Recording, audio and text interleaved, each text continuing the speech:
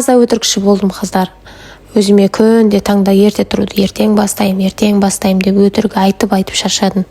Және енді осы өтірікке нүкте қойып, қолдан келгенше өзімен күресуге бел будым. Бүгіннен бастап таңдан ерте тұрдым. Таң намазынан кейін күн шыққанға дейін ұйықтап қалмауға әрекет жасау керек екенін дінде білесіздер. Мен де өзім ханымдарыма үнемі айтып отырам. Соған амал етіп, мен де өзімнің қалаған біраз нәрсеме қол жеткізген болатынмын. Бірақ арада адам болғаннан кейін кейде иманың әлсірейді, кейде шаршайсың. Сонымен мен таң намазынан кейін ұйықтап қалып жүрдім. Енді соны қолға алып, бар өзіме бөлінетін уақытты осы уақыт аралығында бөлем деп шештім, және бүгіннен бастап кірісіп жатырмын.